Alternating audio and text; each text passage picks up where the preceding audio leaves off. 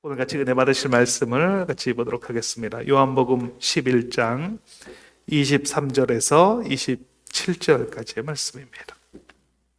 요한복음 11장 23절에서 27절까지의 말씀, 제가 가지고 있는 신약 성경 166면에 기록되어져 있습니다. 요한복음 11장 23절에서 27절까지의 말씀입니다. 제가 가지고 있는 신약 성경 166면에 기록되어져 있습니다. 요한복음 11장 23절에서 27절까지의 말씀입니다. 우리 다 찾으신 줄 믿고 제가 먼저 한 절, 여러분이 한 절 이렇게 교독하며 읽도록 하겠습니다. 제가 먼저 읽겠습니다. 예수께서 이르시되 내 오라버니가 다시 살아나리라. 마르다가 이르되 마지막 날 부활 때에는 다시 살아날 줄을 내가 아나이다. 예수께서 이르시되 나는 부활이요 생명이니 나를 믿는 자는 죽어도 살겠고 무릇 살아서 나를 믿는 자는 영원히 죽지 아니하리니 이것을 내가 믿느냐. 같이 읽겠습니다.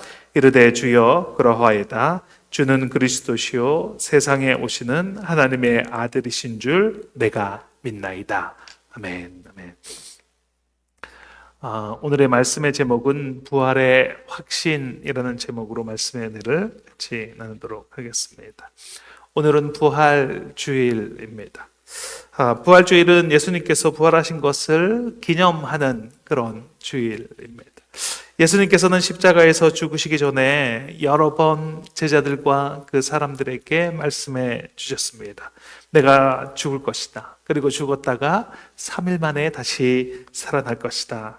내가 죽을 것이다. 그러나 내가 죽는 것이 너희에게 유익이다. 이렇게 말씀을 하셨습니다.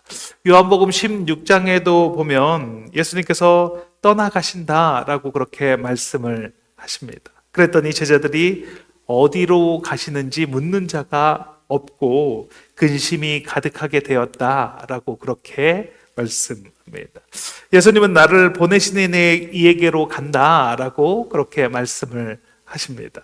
그리고 내가 떠나가는 곳이 너희에게 유익이다. 내가 가면 성령님, 보혜사 성령님이 너희에게 온다라고 말씀을 하십니다. 예수님의 말씀은 나는 가기로 되어 있던 곳으로 가게 되고 내가 가면 성령님을 보낼 것이다. 그리고 내가 가는 것이 너희에게 유익이다. 이렇게 말씀을 하시는 것입니다. 그런데 너희는 어디로 가는지 묻지 않고 그냥 근심만 하고 있다라고 그렇게 말씀합니다. 마태복음 16장에 보면 예수님께서 고난을 받아 죽임을 당한다고 말씀하시고 계십니다. 그랬더니 베드로가 이렇게 말을 합니다. 마태복음 16장 22절입니다. 같이 읽겠습니다. 베드로가 예수를 붙잡고 항변하여 이르되 주여 그리 마옵소서 이 일이 결코 주께 미치지 아니하리이다. 그러자 예수님이 말씀하십니다. 사단아 내 뒤로 물러가라. 너는 나를 넘어지게 하는 자로다 라고 말씀하십니다. 예수님께서 죽음을 이야기하고 그 죽음을 이기고 부활할 것이다. 이렇게 아무리 말씀을 하셔도 부활에 대한 확신이 없습니다. 왜냐하면 그것을 보지도 못했고 그리고 경험한 적이 없기 때문입니다. 2000년 전에 예수님께서 십자가를 지시고 골고다 언덕을 오르셨습니다. 그리고 그 십자가에 못 박혀 죽으셨습니다. 예수님께서 십자가에 못 박히실 때 세상은 어둠으로 뒤덮였다라고 성경은 말씀합니다. 마태복음 17장 45절에 제6시로부터 온 땅에 어둠이 임하여 제9시까지 계속되더니 이렇게 말씀합니다. 제6시는 지금의 시간으로 계산하면 낮 12시입니다. 그리고 제9시는 오후 3시가 됩니다. 그러니까 낮 12시부터 3시까지 한낮에 어둠이 임하게 되었습니다. 예수님께서 십자가에서 돌아가실 때 세상은 어두웠습니다. 하지만 예수님은 캄캄한 어둠 속에서 부활의 빛을 품고 계셨습니다. 예수님은 3일 만에 부활하셔서 제자들과 500명에게 보이시고 그리고 사도 바울에게도 보이셨습니다. 예수님께서 부활하셨다는 것은 기독교의 근간이라고 말할 수 있습니다. 그 뿌리가 바로 예수님께서 부활 하신 것입니다. 예수님의 부활이 없다면 우리가 전파하는 것도 헛것이고 우리의 믿음도 헛것이다 라고 고린도전서 15장에서는 말씀하고 있습니다. 예수님의 부활은 분명한 사실이고 그 예수님의 부활에 참여한 우리의 부활도 분명한 사실이다 라고 말씀하고 있는 것입니다.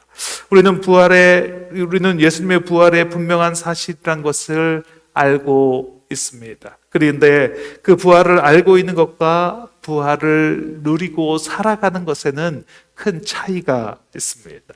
예수님의 부활을 아는 것에서 그치는 것이 아니라 부활의 삶을 살아야 하는 것입니다. 오늘 본문은 예수님께서 사랑하시는 나사로가 죽었다가 살아난 이야기를 다루고 있습니다. 예수님께서 사랑하시는 나사로가 병이 들어 죽어간다라는 이야기를 듣게 되었습니다. 그런데 예수님은 병을 고쳐주러 가시지 않습니다. 그리고 이렇게 말씀하십니다. 요한복음 11장 4절 말씀입니다. 같이 읽겠습니다. 이 병은 죽을 병이 아니라 하나님의 영광을 위함이요 하나님의 아들이 이로 말미암아 영광을 받게 하려 함이라 하시더라. 예수님은 알고 계셨습니다. 나사로가 다시 살아날 것을, 그리고 이 일을 통해서 하나님께 영광을 돌리게 될 것을 알고 계셨습니다. 예수님은 그곳에서 이틀을 더 머무시고 나사로가 죽은 지 사흘이 되던 날 그곳에 당도를 하셨습니다. 마르다가 마중을 나왔습니다. 예수님께서 말씀하십니다. 내 오라비가 다시 살아나리라. 이 말에 마르다가 대답을 합니다. 마지막 날 부활 때에 다시 살아날 줄을 내가 믿나이다. 예수님께서 그 이야기를 듣고 예수님이 말씀하십니다. 요한복음 11장 25절 26절 말씀입니다. 같이 읽겠습니다. 예수께서 이르시되 나는 부활이요 생명이니 나를 믿는 자는 죽어도 살겠고 무릇 살아서 나를 믿는 자는 영원히 죽지 아니하리니 이것을 내가 믿느냐.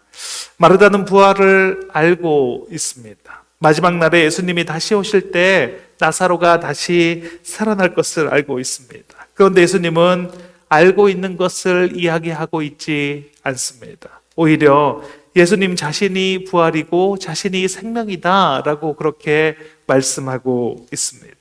예수님 자체가 부활이고 예수님이 생명입니다. 그렇기 때문에 예수님을 믿는 것이 부활을 믿는 것이고 생명을 믿는 것입니다.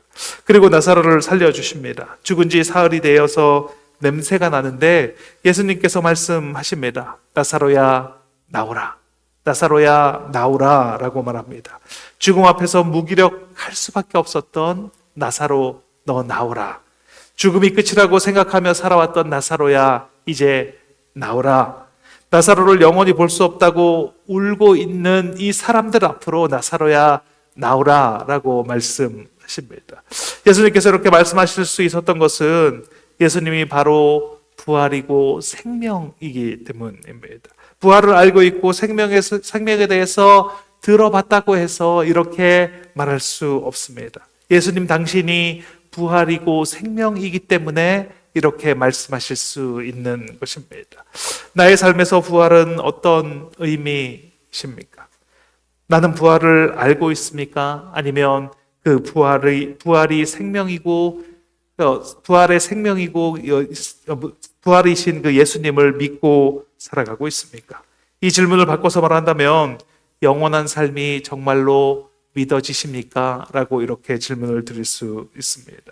오늘 본문을 통해서 부활의 확신에 관해서 말씀의 은혜를 나누기를 원합니다. 부활을 알고 있는 것에서 그치는 것이 아니라 부활을 확신함으로 부활의 삶을 살아가시는 저와 여러분이 되시길 예수님의 이름으로 축원드립니다. 첫째, 부활의 확신은 예수님을 믿는 것입니다. 같이 한번 읽겠습니다. 예수님을 믿는 것입니다. 부활을 이야기하려면 먼저 죽음을 이야기해야 합니다. 죽음이 있어야 부활이 있기 때문입니다. 아담과 하와가 선악과를 먹음으로 인류 안으로 죄가 들어오게 되었습니다. 그 결과로 죽음을 경험하게 되었습니다. 창세기 2장 17절 말씀입니다. 같이 한번 읽겠습니다. 선악을 알게 하는 나무의 열매는 먹지 말라. 내가 먹는 날에는 반드시 죽으리라 하시니라. 그런데 아담과 하와는 선악을 알게 하는 나무의 열매를 먹음으로 죄가 들어오고 죽음을 맞이하게 되었습니다. 사단은 이 죽음을 무기로 우리를 괴롭히고 있습니다. 죽음 앞에서 우리는 너무나 연약한 존재이고 이 죽음을 이기지 못함으로 사단의 종노릇을 하면서 우리는 살아가고 있습니다. 히브리서 2장 15절 말씀입니다. 같이 한번 읽겠습니다. 또 죽기를 무서워함으로 한평생 매어 종노릇하는 모든 자들을 놓아주려 하심이니. 인간은 죽음 앞에 무기력합니다. 소방관과 경찰관이 싸우면 소방관이 이긴다라고 합니다. 왜냐하면 물불을 가리지 않기 때문입니다. 그런데 소방관과 할아버지가 싸우면 의외로 할아버지가 이긴다라고 합니다. 왜냐하면 할아버지는 막가는 인생이기 때문입니다. 죽음을 앞에 두고 있다면 아무것도 두려울 것이 없기 때문입니다. 죽음을 각오로 싸우면 아무것도 두렵지 않습니다. 그 이야기는 죽음을 두려워하는 것이 가장 두렵기 때문입니다. 이 죽음을 두려워하는 두려움을 이길 것이 없기 때문입니다. 오늘 본문 아래에 보면 예수님께서도 나사렛의 죽음으로 슬퍼하는 사람들을 보며 눈물을 흘리셨습니다. 요한복음 11장 33절에서 35절입니다. 같이 읽겠습니다. 예수께서 그가 우는 것과 또 함께 온 유대인들이 우는 것을 보시고 심령에 비통히 여기시고 불쌍히 여기사 이르시되 그를 어디에 두었느냐 이르되 주여 와서 보옵소서 하니 예수께서 눈물을 흘리시더라. 예수께서 흘리신 눈물은 나사로가 죽었기 때문에 흘리시는 눈물이 아닙니다.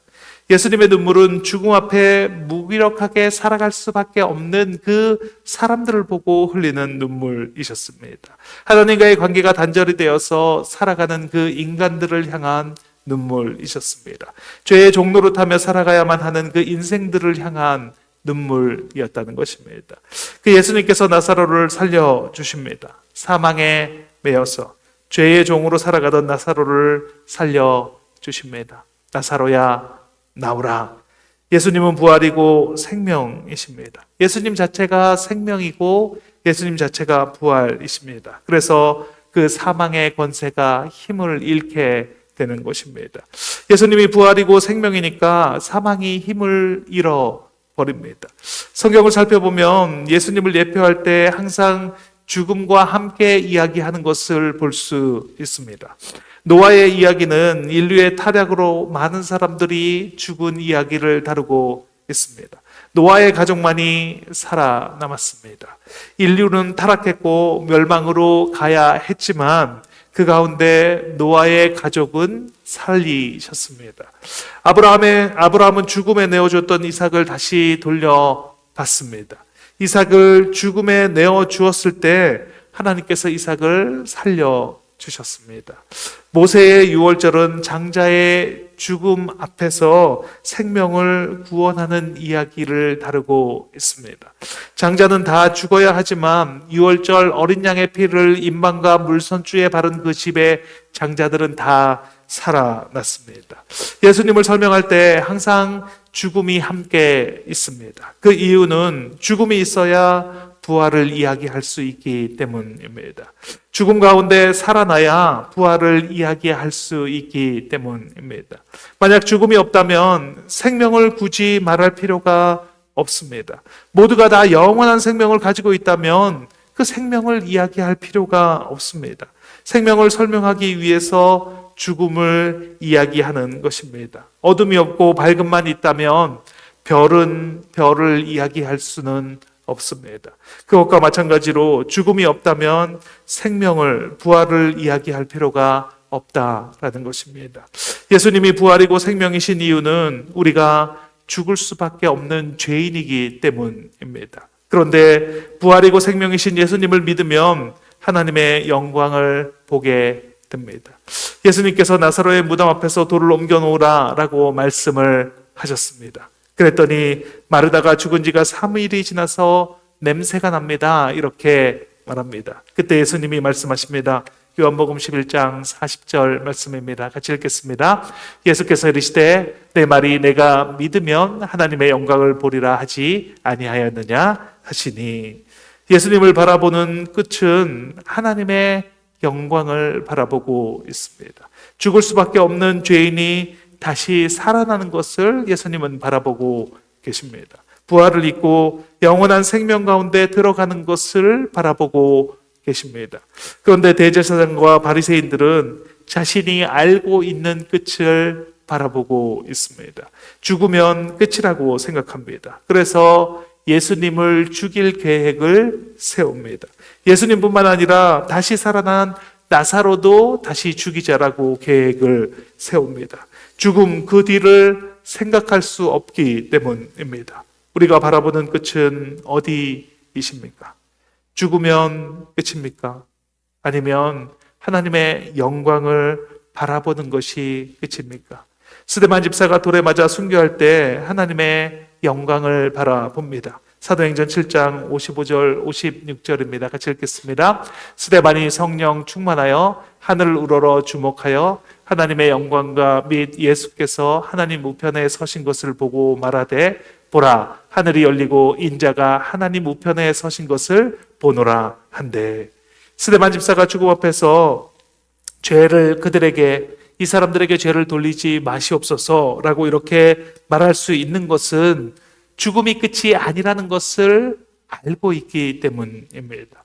영원한 하나님 나라에서 예수님과 함께 영생을 누린다는 확신을 가지고 있기 때문입니다.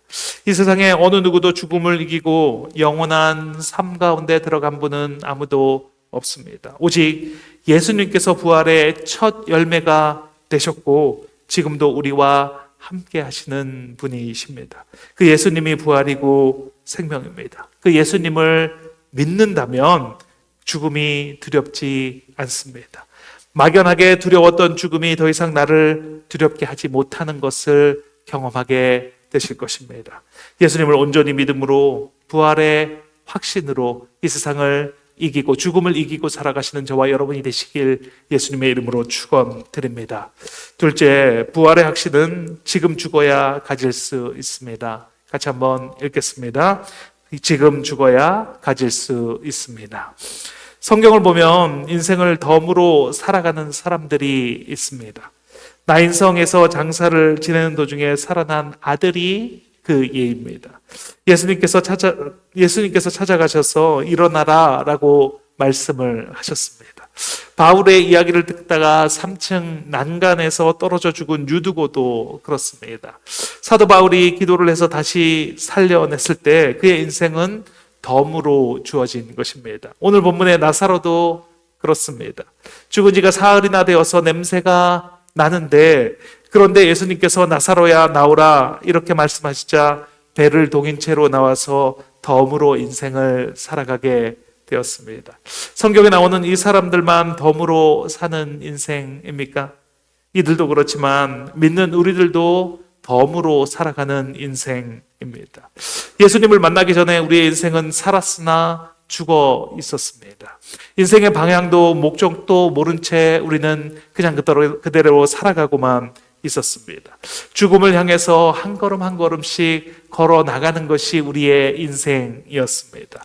로마서 5장 12절 말씀입니다. 같이 한번 읽겠습니다. 그러므로 한 사람으로 말미암아 죄가 세상에 들어오고 죄로 말미암아 사망이 들어왔나니 이와 같이 모든 사람이 죄를 지었으므로 사망이 모든 사람에게 이르렀느니라.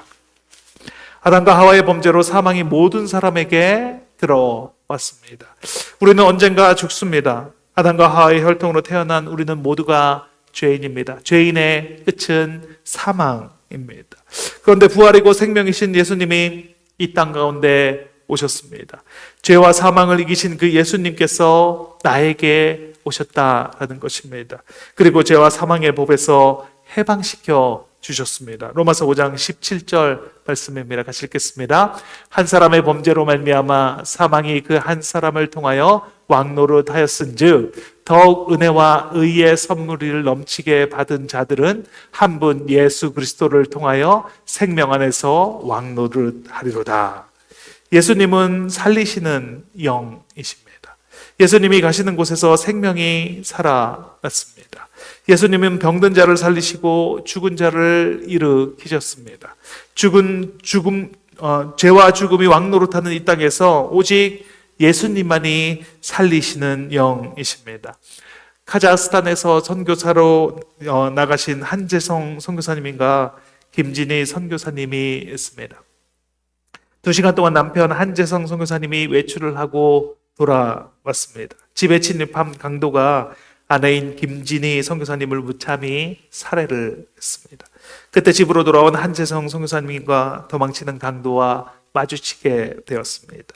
한재성 선교사님은 강도가 내리친 쇠파이프를 맞았습니다. 그리고 죽음의 문턱에서 이 선교사님이 살아났습니다. 그렇게 죽음 앞에서 살아난 한재성 선교사님이 아내의 무덤을 찾아갔습니다. 그곳에서 이렇게 말합니다. 그때 같이 죽었어야 했는데 미안하다, 같이 죽어주지 못해서. 그리고 이렇게 말을 이어갑니다. 하나님께 다 드리고 갔으니까 아마 행복할 거예요. 제일 행복한 여인 같아요. 주님 사랑해서 먼저 갔으니까요. 살아가는 아내를 먼저 천국에 보낸 선교사님에게서 무엇을 볼 수 있습니까? 아내의 죽음을 안타까워하는 마음을 볼 수 있습니다. 그리고 부활의 소망이 같이 그곳에서 보여지는 것을 볼 수 있습니다. 한재성 선교사님은 죽음의 문턱까지 갔습니다. 그리고 살아났습니다. 한재성 선교사님은 지금 우크라이나에서 사역을 하고 있습니다. 전쟁의 상황에서 어렵고 힘든 상황이지만 우크라이나 사람들을 섬기는 사역을 하시고 계십니다. 그 위험한 곳에서 사역을 합니다. 죽음이 맞닿은 곳에서 현재 부활의 삶을 살아가고 있는 것입니다. 부활은 과거, 미래, 그리고 현재가 있습니다. 과거의 부활은 예수님께서 2000년 전에 십자가에서 죽으시고 부활하는 사건을 이야기합니다. 성금요일에 십자가에서 죽으시고 부활의 첫 열매가 되셨습니다. 부활의 미래는 예수님께서 이 땅에 다시 오실 때 그때 우리가 부활의 몸을 입고 영원한 천국에서 살아가는 것, 그것이 바로 부활의 미래입니다. 그렇다면 현재의 부활은 어떤 것입니까? 현재의 부활은 오늘을 살아가는 우리가 이 땅에서 부활의 삶을 살아가는 것입니다. 현재의 부활을 살아간다는 것은 죽음의 두려움을 이기는 것입니다. 사망의 종노릇하지 않는 것입니다. 어떻게 그렇게 할 수가 있습니까? 바리새인들과 대제사장은 나사로가 살았다는 이야기를 듣고 예수님을 죽이기로 모의를 합니다. 나사로가 죽었다가 살아났는데 이들은 예수님을 죽이겠다고 모의를 합니다. 바라보는 것이 어디입니까? 나의 삶에 방해가 되는 것은 제거해 버리겠다, 죽여 버리겠다는 것입니다. 이것이 죽음의 두려움을 이기지 못하고 살아간다는 증거입니다. 사망의 종노릇하며 살아간다는 증거가 바로 이들에게서 보여지는 것입니다. 그런데 예수님께서 하신 일을 본 사람들은 예수님을 믿었다라고 말을 합니다. 어디를 보고 살아가고 있습니까? 그 일을 행하시는 예수님을 보고 있습니까?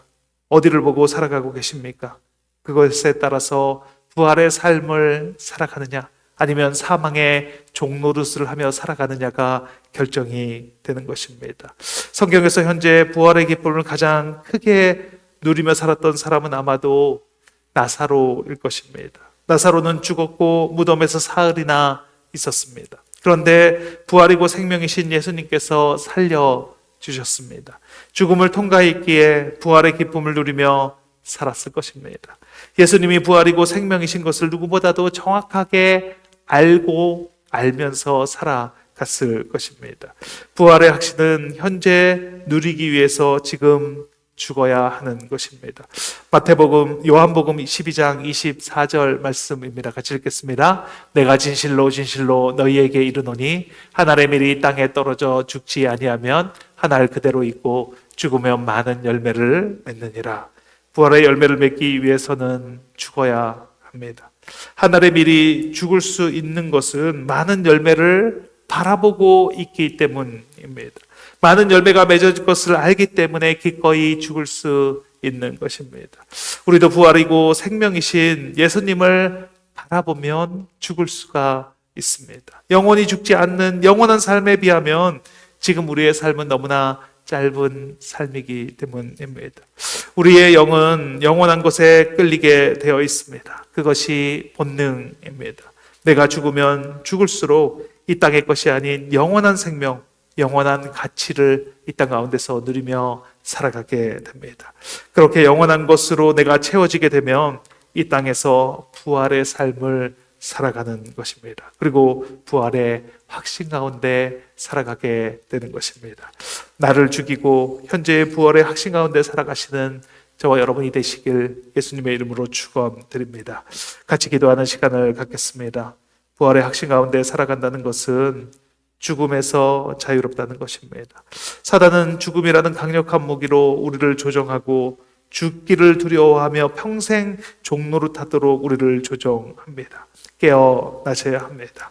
예수님은 부활이고 생명이십니다. 예수님께서 이미 부활 승천하셨습니다. 승리하셨습니다. 그 승리가 우리의 승리입니다. 예수님을 믿어야 합니다. 예수님을 믿을 때 하나님의 영광을 보게 됩니다. 우리가 지금 죽어야 부활의 확신 가운데 살아가게 됩니다. 날마다 죽어야 합니다. 자기 십자가를 지고 주님을 따라야 합니다. 그러면 영생을 바라보게 됩니다. 죽음이 두렵지 않은 삶을 살아가게 될 것입니다. 기도하면 들어주신 주님께 주님 한번 내주시고 통성으로 기도하시겠습니다. 주여.